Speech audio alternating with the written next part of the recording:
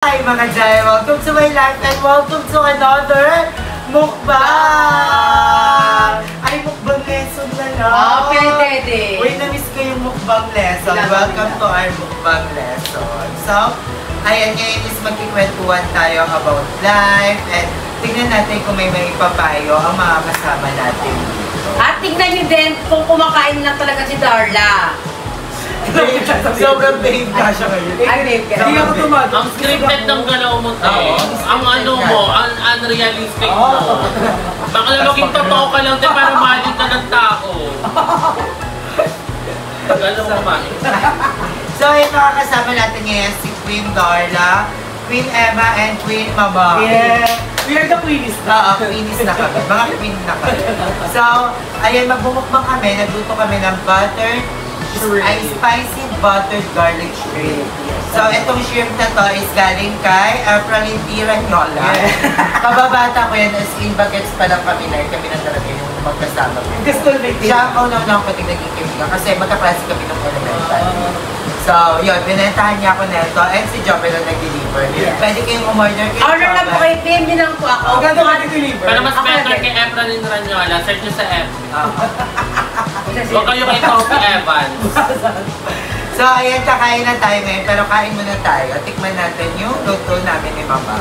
So, let's go! Yung shrimp na ito, nakabalat na guys.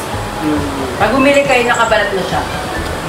Huwag nyo na rin panoorin sa vlog na Emma kung paano ito niluto. Ano, ayan na naman, diyan ka mababa. Wala na na public ko na. Isa. Ano?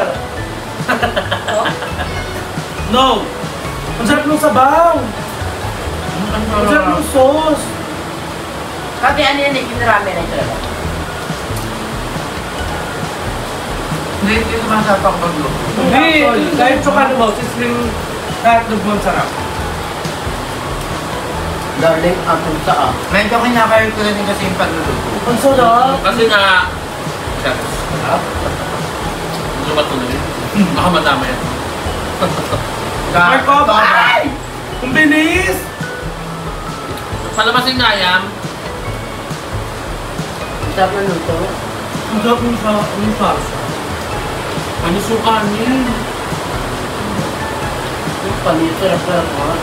Sarap yan. Sa toothbrush yan na. Okay. Sarap mo, pre.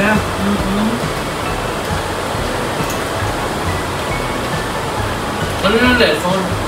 So, ito na lang pag-usapan natin guys. Wala kasi tayo bigla ang mukbang lesson kasi ito eh. Yeah. Ang mukbang lesson kasi, magme-message sila sa akin ng story nila. Nanihingi sila ng payo. Pero ngayon pa lang guys, mag-PM na kayo sa akin. Ito, dito sa Facebook. Mag-PM kayo ng gusto nyong ikwento, life experience, yung pinagdadaanan nyo. And then, i-feature natin yan sa next mukbang lesson natin with the queens. So, ngayon, yung nakachat ko na lang neto lately. Ano siya? Itago na lang natin siya sa pangalang Badang. Si Badang na in love siya. Ang mahirap, madali lang naman ma-in-love. Ang normal ma-in-love. Pero na-in love siya sa best friend niya. As in, kababata niya. Nasubaybayan nila yung Paglaki love, nila. love story nila. Nakita niya kung sino yung naging boyfriend, naging girl best friend siya, naging boy best friend niya yon. So, dumaan sila sa iba't ibang relasyon. Tapos ngayon, itong best friend niya, may nililigawan. Pero ito si Badong, in love na sa kanya. Yung sa best friend niya. Tapos, hindi niya alam kung aamin siya, sasabihin niya ba na in love siya, ganun. Itong sender, in love niya sa best friend niya. Tapos itong best friend niya, may nililigawan. Oh. Actually, yun yung mahirap kapag na-build up yung friendship lang kayo. Mahirap din yung kasi nasabay silang lumaki. So parang walang affection while growing up. Tapos na, parang alam yan, nadidevelop siya through time dahil sa mga bonding nyo, sa mga pinagsamahan nyo, yung mga pinag-uusapan nyo, pinag-sharean nyo. That's hard. Mahirap yan para sa kung sino ang unang mai-inlove. Kasi iisipin ng isa baka nag-break lang or hindi maniniwala.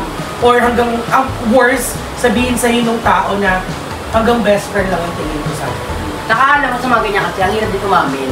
Lalo na yung label nyo as a friend lang talaga, as a best friend.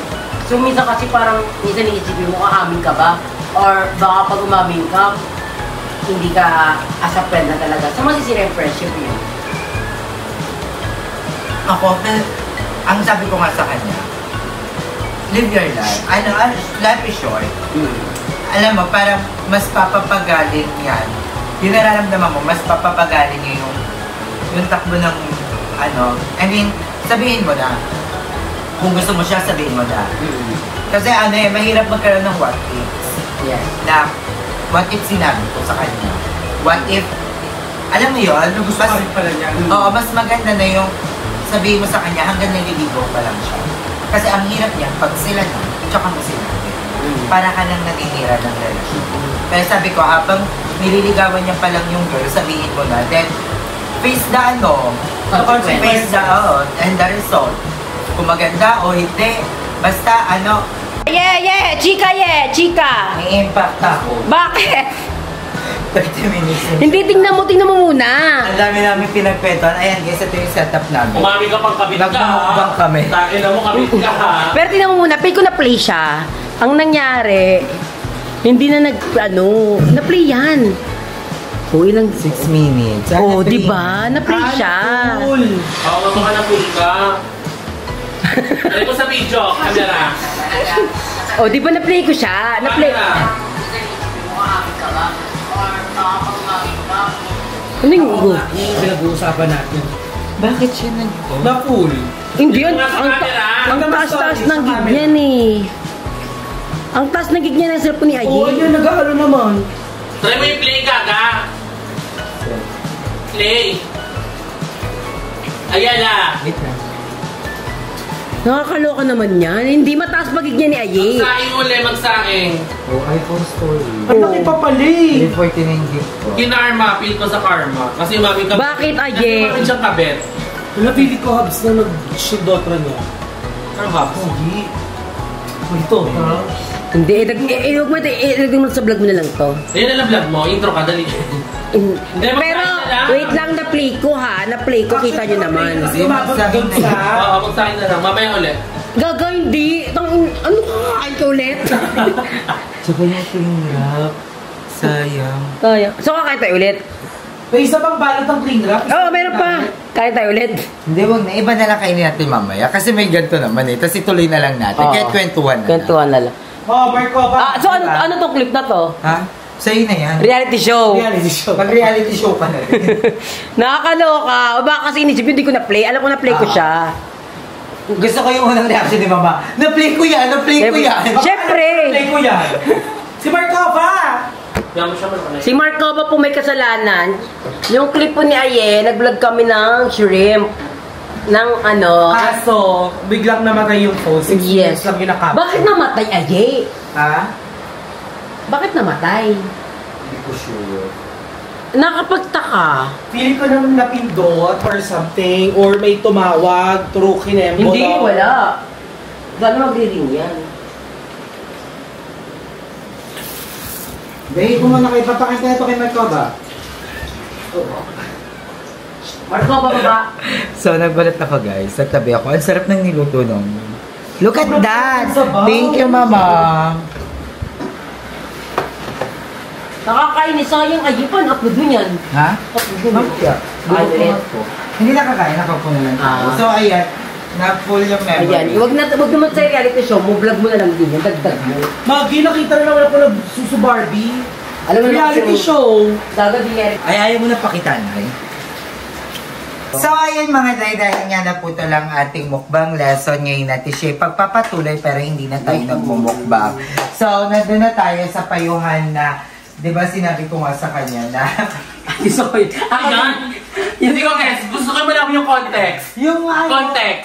di ba nga, may, yung best friend niya may nililigawan na, tapos siya na fall. Ano lang yan, magpa-check up ka kasi mali yan eh. Yeah, tama. Check up. Magpa-consult ka sa endocrinologist. Pag-pills. Pag-pills ka na. Charot lang. Hindi, pero ayun nga, sabi ko sa kanya na umamin na siyang ngayon pa lang, habang nililigawan niya pa lang. Kasi, ay nililigawan pa lang ng best friend. Kasi pag sila na, nung nililigawan niya, parang siyang maninira ng relasyon, diba? Ayun yung ano, Pero, umaming kang kabit ka. Pero, ano din, hindi papakiramdaman mo. Hindi, pero nabanggitin naman, kasi nga, may part doon na nagkwentuhan kami, ano yung mga worst. Asan yung 300 ko? Ay, ito pala. Ito sa ang gulo na Sorry, ano ba ito reality show? Ang dami mo sinasabi. Pero hindi papakiramdaman mo, hindi kasi pwede. Wala yung 500. Baka wala si Pepang dito. Kapkapan. Huwag din yung may issue sa... Gawin na ka ni Mother yung 500. O, diba? Darla! Yung 500 ko sa'yo doon, nasa cellphone mo nakatago. Ang bisyoso. Huwag yung inigaw. Kaya Pati mo? pupunta na naman ako ng aming bahay. Actually, lagi Alam mo, paggabi na warna na ako kagabi. Paano ingay natin? Kagabi, asan eh? Nagkaano ang banding? Ay, actually, kaganina nga kagabi, ang ingay niyo. Sabi ko, Genuine kasi, hindi Sabi ko, mapapalitan ng pera o bakit kayo revenue kasi nag-inom yan sa namin labas? kagabi. Knowing na Kasi ano? natulog ka. Hindi. Inisip namin yung kaligaya ni Mama. Kaya ka sabi ko, dito Ni Mama. Kaya pa nga pala Na minsan lang Hindi na gumora. talaga pinakamaingay ka lahat. Number 1 ni Emma. Kaya ka na nga na-record lang ako. Hindi Ano ba yan? Bakit ay Kaya nga, hindi ko kagabi, bakit ka nag-iinuman sa labas mo? Ang lakas ng Hindi, eto pa. mahina mo namin tatlo. Hello! Ang pisyosa! Mainit. Ako na lang talaga nasisi na para mga kaya mo nasa ano kayo kagabi te. Ano pa? Pag pisyosa, ano ako? Ano, nagigets ko Diba? na. Explain ko. Sobrang laki kasi ng diet na Sorry guys, pag sinabi ko yung bawal lalo akong ginagawa. Ano kami sakit ako sa utak. Kaya sa'yo mo sa kanya, wow, ang ingay mo. Wait lang. Reverse psychology kasi kailangan ko. Ano ba yung kabit ka? Bakit? Ano yung sinasabi mo? Depende pakiramdaman. Oo, papakiramdaman. Hindi pwede kasi, baka mali yung Agree. sasabihin mo. Wrong yun eh. Sasabihin mo na may nililigawan siya, sasabihin mo na Agree. gusto mo siya. Eh di sinira mo yung ano ng lalaki, timing, mali mo pala, di ka talaga beto. Magtiting siya, labit pala, maguguluhan siya. Yeah, paano yun? Magkakaroon ng what if you? Hayaan mo na, problema mo na yun. Sabihin mo, sa tapos bagay. lumayo ka na, mag-disappear ka. Oo, yun yung parang tanggapan na nga. Kasi miniligaw ko, alam mo yung gusto ko sabihin sa'yo, crush kita, bet kita, tapos alis ka na sa picture, alis ka na sa movie, out ka na. Ano yun, madam? Talaga mo? Oin. So, ayun na lang. Ayun yun. And sa mga magtatanong, uy, bakit nag-joke si Emma na naging kabit na kasi kami kasi nasama din yun sa vlog. Wala. Nagkwentuhan kasi kami ng ano yung mga worst Experience. experience sa love. Yun nga yun. Ayun, siya yung pinaka-worst. Baka may misinterpret niya. Hindi ko po Pinili alam. at ginusto. Oo. Kasi nalaman ko lang nung sinabi niya lang. Na may girlfriend Oo. siya. At yun yung time na Nahuli umuwi na ako natin. dito. Oo, yun yung Nahuli time natin. na Next-check mo kayong IG, tapos pag ko, hala na, Chi, may ano, wow, talaga gawin ko. Nung check ko sa Nakahide kanya, siya. nakahide sa kanya yung highlights. So, hindi ko alam na may jowa. Yun yung time na umuwi na ako dito. Ako yun, mag-isa akong umuwi dito. Kasi nga parang, yun. So, yun yun. Baka may-misinterpret. Baka itanong nyo, ayun yung kay Jobel. Ano Yung yung sa akin? worst, ano mo. Wala naman akong worst.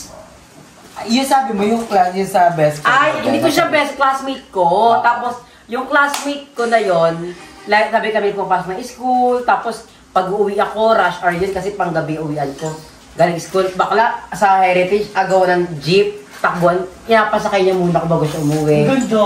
Totoo, tapos meron pang ira doon na sinabi niya sa akin na kung babae ka lang, jujuwain kita. Oh, no!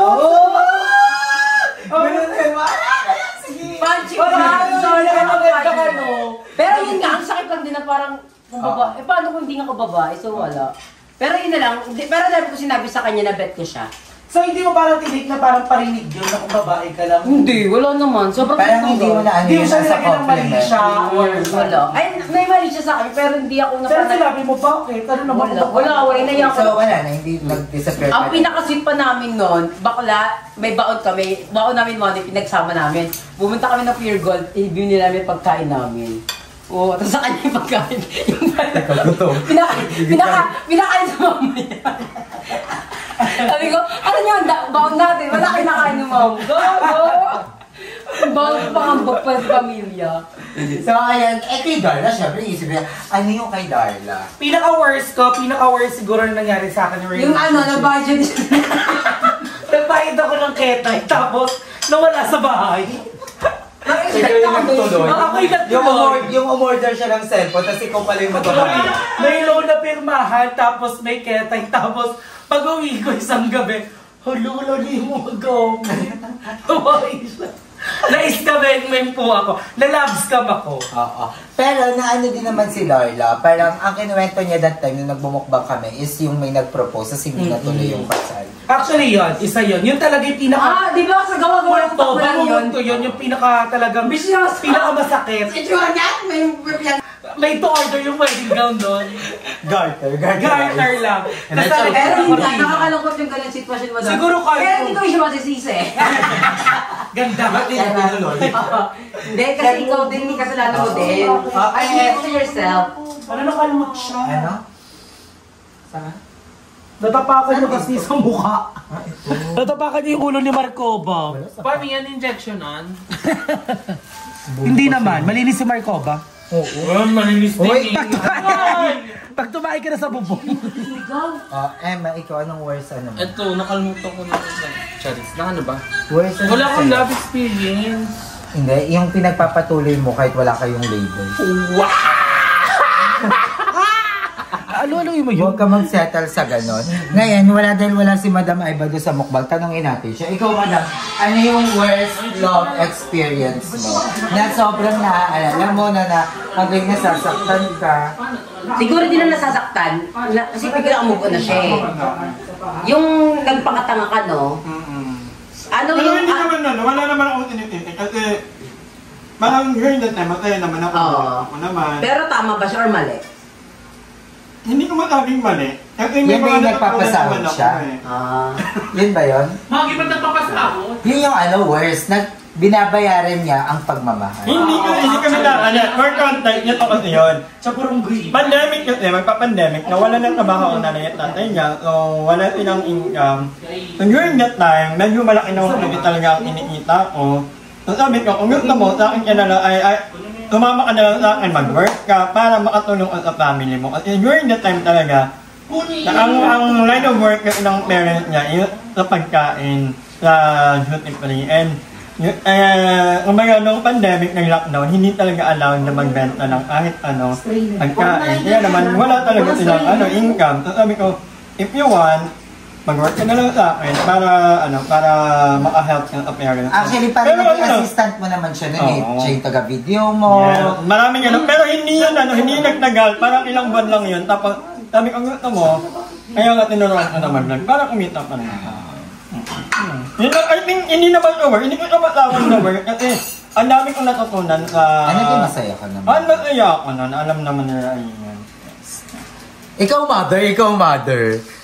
Ayan, umuo na lang siya. So, ayan, hanggang dito na lang yung vlog natin. Maraming salamat. At yun na yung kaduktong ng ating...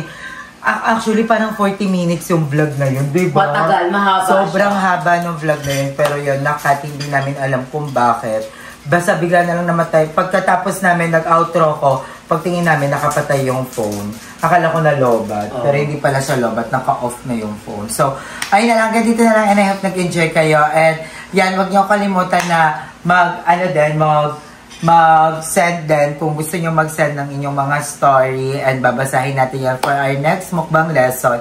And magbibigay kami ng mga payo, experience, and sasamahan namin kayo sa pinagdadaanan nyo. And pwede nyo yan send sa akin sa Facebook ko or i-comment nyo sa baba at babasahin natin yan at ipipicture natin yan on our next mukbang lesson. So maraming salamat. I hope you like this vlog and I love you all. Bye. Thank you so much, guys. Thank you, Mother. Mwah.